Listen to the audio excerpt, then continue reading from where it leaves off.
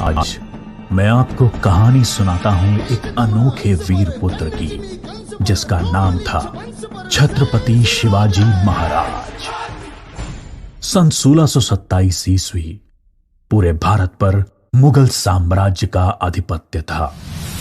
उत्तर में शाहजहां तो बीजापुर में सुल्तान मोहम्मद आदिल शाह और गोलकोंडा में सुल्तान अब्दुल्ला कुतुब शाह। डेक्कन के सुल्तान सेना के लिए हमेशा मुस्लिम अफसरों को ही प्राथमिकता देते थे। बंदरगाहों पर पुर्तगालियों का कब्जा था और थल मार्ग पर मुगलों का अधिकार।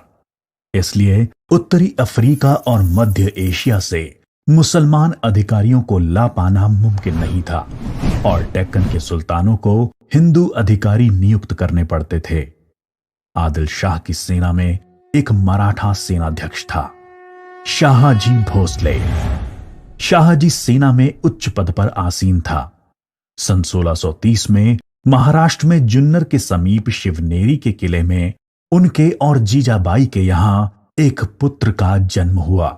स्थानीय देवी शिवाय के नाम पर पुत्र का नामकरण हुआ, जो आगे चलकर छत्रपति शिवाजी महाराज के नाम से विश्व विख्यात हुए। शिवाजी के पिता काफी समय घर से दूर रहे थे, इसलिए बचपन में उनकी देखरेख माता जीजाबाई और गुरु दादोजी कोंडेव ने की। दादोजी ने उन्हें युद्ध कौशल और नीति शास्त्र सिखाया, तो जीजा माता ने हिंदू धार्मिक कथाएं। जब दादोजी का सन 1647 में निधन हुआ, तब उनका यह मानना था कि शिवाजी अपने पिता की ही तरह आदिल शाह की सेना में उच्च पद पर आसीन होंगे, लेकिन विधि को कुछ और ही मंजूर था। सन 1646 के समय भारत में किसी हिंदू शासक का अपना स्वतंत्र राज्य स्थापित कर पाने के लिए इन तीन परिस्थितियों का पूरा होना जरूरी था।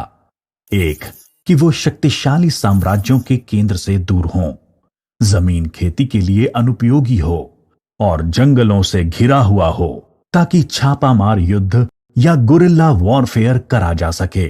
ये परिस्थितियां 1646 में शिवाजी के लिए अनुकूल बनी, जब उन्होंने स्थानीय किसानों मावली के समर्थन से अपनी सेना का निर्माण किया। शिवाजी को भली भांति ज्ञात था कि किसी भी साम्राज्य को स्थापित करने के लिए किलों की क्या महत्व है, इसलिए सिर्फ 15 साल की उम्र में ही उन्होंने आदिल शाही अधिकारियों को रिश्वत देकर तोड़ना, चाकन एवं कोंडना किलों को अपने अधिकार में कर लिया। इसके बाद उन्होंने आबाजी सोमदेव की मदद से थाना, कल्याण और भिवंडी के किलों को मुल्ला अहमद से छीनकर अपने अधिकार में कर लिया। इन घटनाओं से आदिल शाही साम्राज्य में हड़कंप मच गया। शिवाजी को रोकने के लिए उनके पिता को गिरफ्तार कर लिया गया। इसलिए शिवाजी ने अगले 7 बरस तक आदिल शाह पर सीधा आक्रमण नहीं किया। शिवाजी ने यह समय अपनी सेना को बढ़ाने और प्रभावशाली देशमुखों को अपनी ओर करने में लगाया। धीरे धीरे उन्होंने एक विशाल सेना खड़ी कर ली, जिसके घुड़सवार नेताजी पलकर ने संभाल रखी थी और पैदल सेना यशाजी कनक ने। अब तक शिवाजी के पास 40 किले भी आ चुके थे। शिवाजी के बढ़ते प्रभाव को रोकने के लिए सन 1659 में बीजापुर की बड़ी साहिबा ने अफजल खान को 10,000 सिपाहियों के साथ शिवाजी पर आक्रमण करने का हुक्म दिया। अफजल खान अपनी क्रूरता और ताकत के लिए जाना जाता था।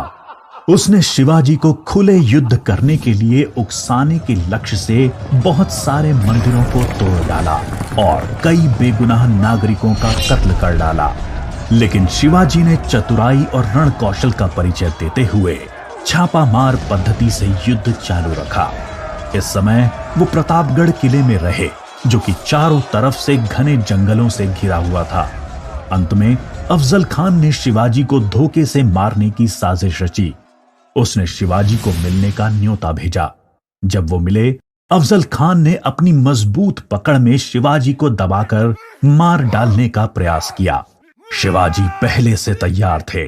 अपने छुपाकर रखे हुए बाग नाका से उन्होंने अफजल खान का पेट ही चीर डाला, जो कि उनसे 2 गुना विशालकाय था।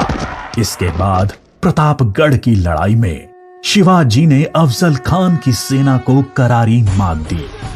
शक्तिशाली अफजल खान की हार से बीजापुर का सुल्तान स्तब्ध रह गया। अब की बार रुस्तम जमान को भेजा गया। 28 दिसंबर 1659 को शिवाजी ने रुस्तम जमान की सेना पर सामने से हमला बोल दिया।